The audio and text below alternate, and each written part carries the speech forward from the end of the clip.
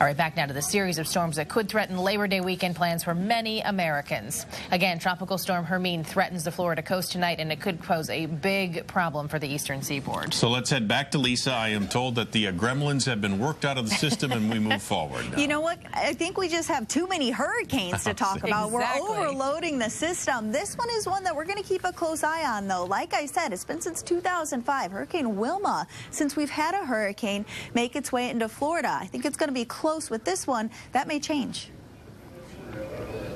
Tropical Storm Hermine is still quite a ways away out in the Gulf, but rain has already started to pour across the state of Florida.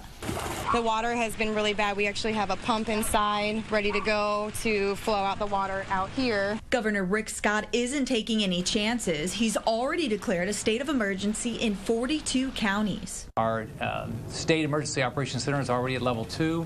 We have 8,000 members of the National Guard ready to be mobilized if we need them. We are going to do the right thing.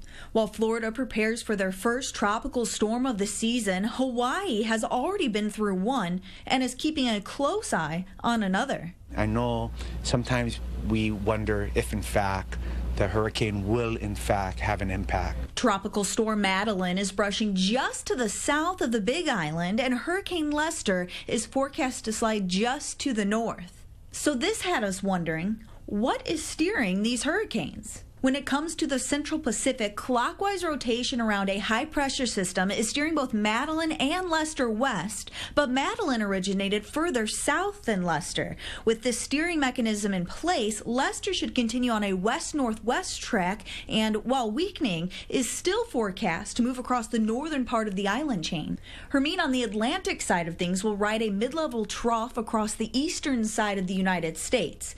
Good news for the waterlogged state of Louisiana. Bad news for the East Coast. And here's the latest with the forecast. Now, it was Hurricane Madeline. Now it's Tropical Storm Madeline, and that continues to push further off to the south when it comes to Hawaii. Now, Lester is a Category 3, 120-mile-per-hour winds, moving to the west at 14 miles per hour. It is still forecast to be downgraded to a Category 1 hurricane, moving just to the north, but it does look like there's the possibility that we'll be seeing an impact with Hawaii, even the Honolulu area with that one. Now, back to Hermine. Hermine is forecast to become a Category 1 hurricane as it starts to make its way toward Florida, so it's something they're going to keep a close eye on. Overnight tomorrow night, looking at 5 to 10 plus inches of rainfall with this, 75-mile-per-hour winds if we do hit that Category 1, and also the tornado threat.